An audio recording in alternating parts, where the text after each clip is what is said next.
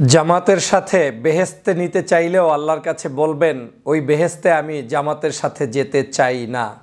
কথাটি বলেছিলেন বঙ্গবীর কাদের সিদ্দিকী সাহেব। কিন্তু সেই কাদের সিদ্দিকী সাহেবকে আল্লাহ পাক দুনিয়াতেই সাক্ষাতের ব্যবস্থা করলেন জামাতের ইফতার মাহফিলে। বেহেশত তো আরও অনেক দেরির সংবাদ। টাঙ্গাইলের একটি বিশেষ ইফতার মাহফিল যেটা জামাতের ব্যানারে অনুষ্ঠিত হয়েছে, সেই ব্যানারে আমরা দেখতে পেয়েছি সারা বাংলাদেশের বিভিন্ন পত্রপত্রিকায় রিপোর্ট এসেছে বঙ্গবীর কাদের সিদ্দিকী সাহেব সেই অনুষ্ঠানে উপস্থিত হয়েছেন। আমি তার উপস্থিতিকে নিয়ে ব্যঙ্গোক্তি করতে চাই না, কটূক্তি করতে চাই না।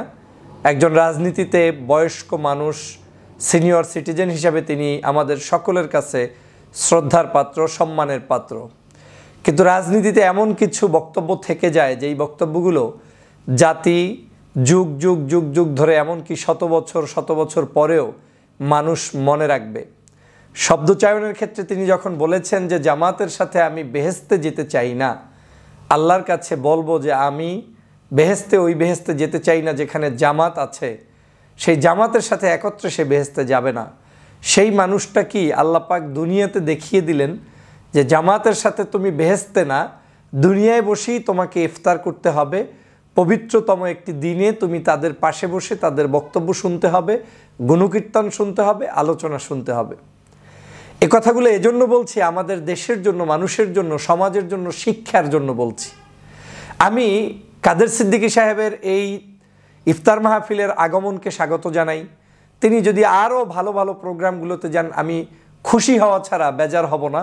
কারণ আমার ব্যক্তিগত কোনো ধর্মীয় অনুশাসন চর্চা এটা আমার পরিবার কিংবা আমার ব্যাগের ভিতরে লুকিয়ে রাখার বিষয় না।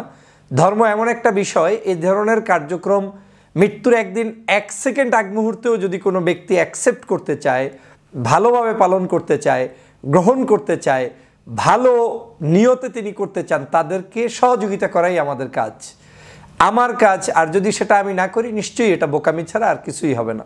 সেই দৃষ্টিকোণ থেকে জনাব কাদের সিদ্দিকী সাহেব একজন সিনিয়র সিটিজেন, তিনি রাজনীতিতে অনেক আলোচিত সমালোচিত ব্যক্তিত্ব। তার আলোচনা সমালোচনা যা আছে এগুলো যদি আমি বর্ণনা করতে যাই তাহলে লম্বা সময় নিয়ে কথা বললেও শেষ হবে না। এর ভিতরে একটা উল্লেখযোগ্য আলোচনা কয়েকদিন আগে ছিল যে শেখ হাসিনা তার স্ত্রীর চুল বেঁধে দেয় এবং শেখ হাসিনা তাকে ডেকে নিয়ে কি করেছে, সেখানে তাদের পারিবারিক যে একটা সম্পর্ক, সে বিষয়গুলো আমরা সবসময় লক্ষ্য করেছি। আমরা সবসময়ই লক্ষ্য করেছি তার রাজনীতির ওলট পালট বিভিন্ন মন্তব্য এবং তার রাজনীতিতে তার নিজের উত্থান এবং পতন, এগুলো আমরা দেখতে পেয়েছি। এমনকি 5ই আগস্টের পরেও তার বিভিন্ন মন্তব্য আমরা দেখেছি। শেখ পরিবার নিয়ে তার মায়াকান্না কিংবা তার বক্তব্য, সেগুলো ভিন্ন রাজনৈতিক আলোচনা। কিন্তু দেখেন, দুনিয়ায় জীবিত থাকা অবস্থায় মৃত্যুর আগেই আল্লাহ তার শাস্তি হিসেবে কি দেখিয়ে দিলেন যে তুমি জামাতের সাথে, যে জামাতের সাথে বেহেশতে যেতে রাজি না, সেই জামাতের সাথে আমি তোমাকে ইফতার করিয়ে দিলাম। বেহেশতে যাওয়া তো অলমোস্ট হয়েই গেল আপনার। আপনি তো এখন একটা জান্নাতি পরিবেশে ইফতারের আগ মুহূর্তে জামাতের সাথেই ঐক্যবদ্ধভাবে ইফতার করলেন। এটা হচ্ছে আমাদের জন্য একটা শিক্ষা, টার্নিং পয়েন্ট। আওয়ামী লীগ কিন্তু এই স্বৈরতন্ত্র সবসময় করত। আওয়ামী লীগ সবসময় বিভিন্ন সময় বক্তব্য দিয়ে বলতো এদেশের মানুষ হিসেবেই জামাতকে মনে করে না, অনেক ধর্মভিত্তিক মানুষদেরকে অবজ্ঞা করত, পাত্তা দিত না, 1% 1.5% ভোট নাই, জনগণের সমর্থন নাই। এই কথাগুলো যাদেরকে বলতো, সেই ব্যক্তিদের পায়ে পাড়া দিতে গিয়েই কিন্তু আজকের পতনের ঘণ্টা বেঁধেছে শেখ হাসিনার। এবং এই শেখ হাসিনাকে আমি দেখেছি, শুনেছি, জানছি, বিভিন্ন ইতিহাসে পড়েছি যে তারা এই বাংলাদেশি যাদেরকে ফাঁসির কাস্টে লটকিয়েছিল তাদেরকেই কিন্তু পাও হাত ধরে আন্দোলন করে, সংগ্রাম করে একত্রে তাদের সাথে নির্বাচন পর্যন্ত করেছে, যুগোৎপদ আন্দোলন পর্যন্ত করেছে। কিন্তু দেখেন, তারা সেই জায়গাটার সম্মান রক্ষা করতে না পেরে তারা এতটা পৈশাচিক হয়ে গিয়েছিলেন, সেই জামাতকে আবার তারা জুলুম, অত্যাচার, নির্যাতন করেছে, বিএনপিকে করেছে, বিভিন্ন রাজনৈতিক দলকে করেছে। এখন কিন্তু সেই রাজনৈতিক দলগুলোর পক্ষেই আওয়ামী লীগের নেতাকর্মীকে বক্তব্য দিতে শোনা যায়। যেমন কয়েকদিন আগে আমি নিজে শুনেছি হাসান মাহমুদ সাহেব, যিনি পররাষ্ট্রমন্ত্রী সর্বশেষ অবৈধভাবে হয়েছিলেন, সাবেক তথ্যমন্ত্রী ছিলেন, হাসান মাহমুদ তারেক রহমান সম্পর্কে বাংলাদেশে প্রায়ই বক্তব্য দিয়ে বলতেন তাকে চোর বলতেন, ডাকাত বলতেন, গুন্ডা বলতেন, পচা মানুষ বলতেন, রাজনীতিতে উচ্ছিষ্ট বলতেন, এই দেশের জন্য তারেক রহমান আর আসতে পারবে না, বিএনপির মানে কত গালিগালাজ তিনি করতেন। কিন্তু এই বক্তব্যগুলো দিয়ে তিনি এখন আবার এই তারেক রহমান সাহেব কি প্রশংসা করে বক্তব্য দিচ্ছেন। রাজনীতিতে বিএনপির মন্তব্যগুলোকে প্রশংসাজনিতভাবে তিনি প্রকাশ করছেন এবং বলছেন যে বিএনপি এই মতামতগুলো এটা অত্যন্ত প্রশংসনীয়, এভাবে বলছেন।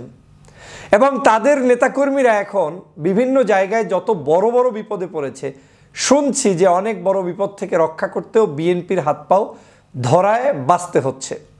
যদিও এ নিয়ে লম্বা বিতর্ক আছে, কে কাকে বাঁচাবে কে কাকে বাঁচাবে না জামাত বিএনপির, কিন্তু আমি উদাহরণ হিসেবে বলছি যে মানুষের জীবন একদিনই শেষ হয়ে যায় না।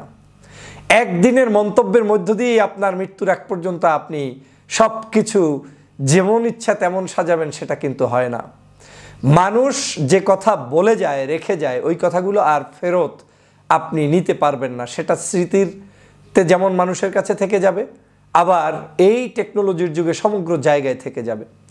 আমি এই যে আমাদের কাদের সিদ্দিকী সাহেবের মন্তব্য এবং আওয়ামী লীগের বিভিন্ন নেতাকর্মীদের মন্তব্য এবং বক্তব্য থেকে আমাদের বাংলাদেশের রাজনীতিবিদদের শেখার আহ্বান জানাই। শেখার কোনো বয়স নেই, শিখতে হবে, জানতে হবে।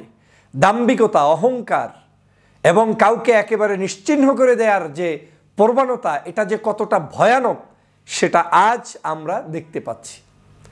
এবং এই উদাহরণ থেকে আপনাদের মাঝে বলতে চাই যে আমাদের এখনও বাংলাদেশের বিভিন্ন রাজনৈতিক সংগঠনের মধ্যে তারা বড় বড় রাজনৈতিক দলের সদস্য, কিন্তু তারা এমনভাবে কিছু কথা বলে, বক্তব্য দেয়, মনে হয় হয় ক্ষমতায় চলে এসেছি, না হয় আমার পাওয়ার এক্সারসাইজ এত বেশি হয়েছে যে কাউকে পাত্তাই দিল না। যেমন বিএনপির এক নেতা আছে ফজলুর রহমান সাহেব, তিনি তো প্রায়ই বলে 10% ভোট নাই এদেশের ডানপন্থীদের। তিনি তো প্রায়ই বলেন রাজাকার, আলবদর, আল শামস, গালিগালাজ করতেই থাকেন। ছাত্রদেরকে সমন্বয়কের জায়গায় সমরনায়ক বলেন, অথচ দেখেন ছাত্ররা এই বিপ্লব করে আপনাকে আমাকে স্বাধীন বাংলাদেশে আসার সুযোগ করে দিয়েছে। আর কিছু না হোক, তাদের আন্দোলন নিয়ে, তাদের ভবিষ্যৎ রাজনীতি নিয়ে আমাদের সমালোচনা থাকবে, কিন্তু সমন্বয়ককে সমন্বয়ক বলে গালিগালাজ করা কিংবা ছোট করা, এটার তো প্রয়োজন আমাদের নেই। আজকের এইভাবে কিছু কিছু মানুষ এমন দাম্ভিকতা দেখাচ্ছে। এই যে কয়েকদিন আগে দেখলাম হারুন সাহেব, চাঁপাইনবাবগঞ্জের একজন এমপি, তিনিও একই উপায়ে যে বিচার হবে, শেখ হাসিনা যেই বিচার করেছেন সেই বিচার কন্টিনিউ করতে হবে বিএনপি ক্ষমতায় আসলে। কার বিচার কোথায় করবা? বিচার তো চোখের সামনে দেখছিস যে শেখ হাসিনা 5 তারিখ পালিয়ে গিয়েছে। চোখের সামনে দেখেছেন যে সকল দাম্ভিকতা, শেখ হাসিনা বলেছিল শেখ হাসিনা পালায় না, সকল দাম্ভিকতা ছেড়ে তারপরে তাকে পালাতে হয়েছে, চোখের সামনে দেখেছেন। আজ আবার আপনারাও বলছেন জামাত, এরপরে অন্যান্য, এদেরকে বিভিন্নভাবে বিচার করবেন। কার বিচার কে করে? এই কাদের সিদ্দিকীর আজকের ইফতারের পিকচারটা রাজনীতিবিদদের জন্য একটি দৃষ্টান্ত হয়ে থাকবে। যদিও আমি তার এই ইফতারকে পজিটিভলি দেখছি, তাকে স্বাগত জানানো উচিত। ইফতারিতে যে কোনো ব্যক্তি আসলে, এমনকি পাশর থেকে হেঁটে গিয়ে কোনো যদি খাবার খায় না এরকম কোনো মানুষও থাকে, তাকে ডেকে এনে খাওয়ানো উচিত। এটাই সৌন্দর্যতা, এটাই ধর্মের কাজ, এটাই ইসলামের বাণী। আমি সেই দিকে যাচ্ছি না, কিন্তু রাজনীতিবিদের কথার উপরে শিক্ষা আছে, সেই শিক্ষা অর্জনের দিকে আপনাদেরকে ধাবিত করতে চাই। অতএব যারা অহংকার বোধে নাচানাচি করছেন, দাম্ভিকতার সাথে বিভিন্ন ধরনের প্রদর্শন করার চেষ্টা করছেন, দাম্ভিকতা কিছুই থাকবে না। আর কিছুই নেই, কিছুই ছিল না। আমরা 16 বছরেও অনেক কিছু করতে পারিনি, হঠাৎ করে সব চূর্ণ বিচূর্ণ হয়ে গিয়েছে। আবার এখনও যারা ভাবছি কেউ কিচ্ছু করতে পারবে না, হঠাৎ করে চূর্ণ বিচূর্ণ হয়ে যেতে পারে। অতএব আমাদেরকে সাবধান হওয়া উচিত রাজনীতিতে, কর্মজীবনে, ধর্মচর্চায়, সমাজ চর্চায় এবং দেশের মানুষের মূল্যবোধ প্রতিষ্ঠায়। সবাইকে ধন্যবাদ।